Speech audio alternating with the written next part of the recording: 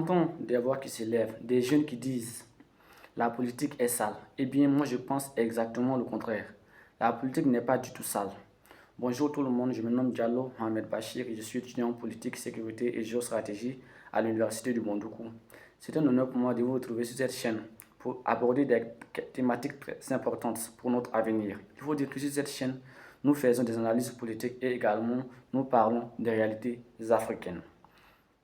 Alors revenons à notre question de départ. La politique est-elle vraiment sale? Pour répondre à cette question, il faut d'abord savoir qu'est-ce que c'est que la politique. La politique, c'est l'ensemble des actions et des décisions qui organisent la vie en société. Lorsqu'on parle de politique, on parle de comment est-ce que nos dirigeants sont choisis, comment est-ce que les décisions importantes sont prises et comment sont réparties les ressources importantes d'un pays. Alors, il faut dire que la politique influence l'ensemble de la population. Tout le monde est concerné. Jeunes, vieilles, femmes, hommes, tout le monde est concerné. En gros, c'est la politique qui décide de la sécurité, de l'emploi, des besoins en électricité et en eau. C'est la politique qui décide de tout ce qui est important dans l'organisation de la vie. Et d'ailleurs, il faut dire que cette politique influence l'ensemble de la société, particulièrement la jeunesse qui est d'ailleurs l'avenir de notre continent. D'ailleurs, faisons un constat très simple. L'Afrique est le continent le plus jeune au monde. D'après les estimations de l'ONU, environ 60% de la population africaine a moins de 25 ans. Et d'ailleurs, la moyenne d'âge de notre population est de 19 ans.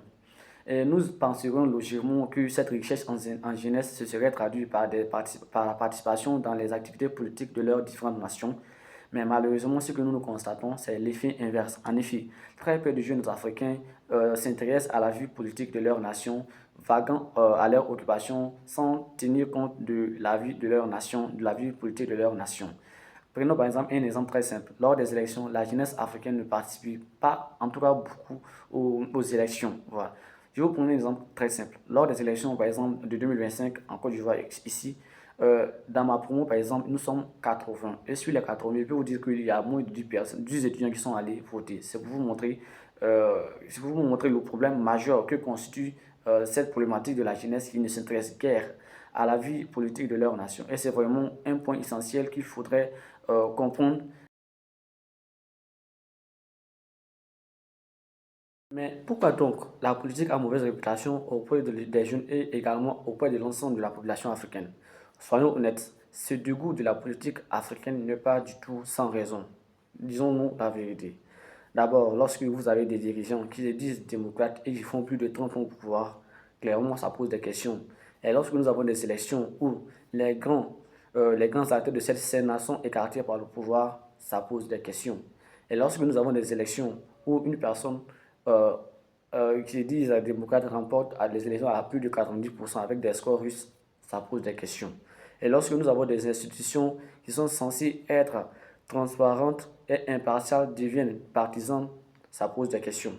Et lorsque nous avons des hommes qui sont censés garantir la liberté d'expression, qui se transforment eux-mêmes en dictateurs, ça pose des problèmes. Tous ces facteurs réunis font que les Africains eux-mêmes n'ont plus confiance en leurs institutions censées garantir leur bien-être et également la transparence dans les décisions politiques et dans les élections également. Raison pour laquelle la plupart des Africains désormais, lorsqu'on dit des élections, disons, ils pensent plutôt à une guerre qui va arriver. Ils ne pensent plus à aller voter une personne qui va diriger ou bien qui va décider de leur avenir. Mais ils pensent plutôt que cette élection est égale à la guerre. Et c'est vraiment très dommageable pour notre continent. D'ailleurs, tout cela aussi se traduit par, comme je le disais tantôt, par la non-transparence dans les institutions, dans la non-confiance. Parce que si, même si quand même nous avons des exceptions en Afrique où la démocratie marche quand même, tel que le Botswana et également quelques autres pays, mais dans la généralité, la démocratie n'est pas vraiment pratiquée en Afrique. La politique en elle-même n'est pas, disons, faite comme elle devrait être faite. Voilà. Il faut avoir la véracité intellectuelle de le dire. La politique en Afrique n'est pas vraiment pratiquée. Sinon, en gros, elle n'est pas sale. La politique, c'est comme un outil. Un outil, prenons un exemple très simple. Nous avons un couteau. Lorsque vous donnez ce couteau à un cuisinier, il vous découpera des très bons plats, il vous fera des sandwichs qui sont vraiment très bons. Et lorsque vous prenez ce même couteau, vous le donnez à un criminel, il prendra ce couteau-là pour aller poignarder quelqu'un. Donc, nous voyons ici le constat, il est simple. D'un côté, nous avons une victime et de l'autre côté, nous avons un très bon sandwich. Donc, vous voyez, il y a deux poids, deux mesures. Donc, c'est comme la politique n'est pas du tout sale. Ce sont les facteurs, les hommes qui font de la politique qui peuvent rendre cette politique-là sale, surtout chez nous en Afrique.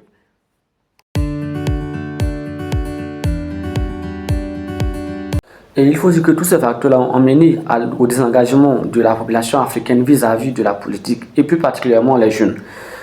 Nous pouvons faire un constat simple. Lorsqu'il y a des élections en Afrique, peu de jeunes prennent part à ces élections ou bien vont voter.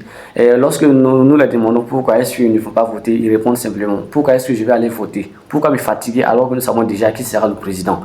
Alors que avant ne changera absolument rien. Donc, il me vaut mieux de vaguer à mes occupations plutôt qu'à me préoccuper d'une chose qui ne changera absolument rien. Et d'ailleurs, cela se traduit par des chiffres très très concrets. Prenons le cas de la Côte d'Ivoire en 2015, par exemple, lors des élections présidentielles de 2015, d'octobre 2015.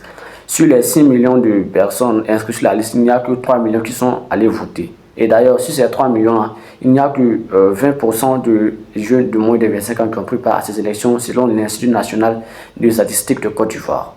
C'est pour montrer à quel point cela représente un fardeau pour un problème pour notre avenir. Si la jeunesse qui est censée garantir l'avenir de notre continent, de la pérennité de nos nations, ne prennent pas activement leur place dans la vie de la politique, cela devient un problème sociétal.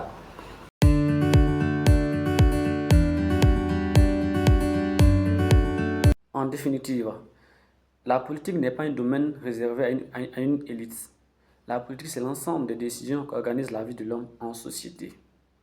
Lorsque la politique elle est bien pratiquée, elle construit des institutions fortes, elle protège les droits fondamentaux et améliore la condition de vie des gouvernés. Malheureusement, lorsqu'elle est mal gouvernée, elle bafoue des libertés fondamentales, elle fragilise l'État et affecte toute la population.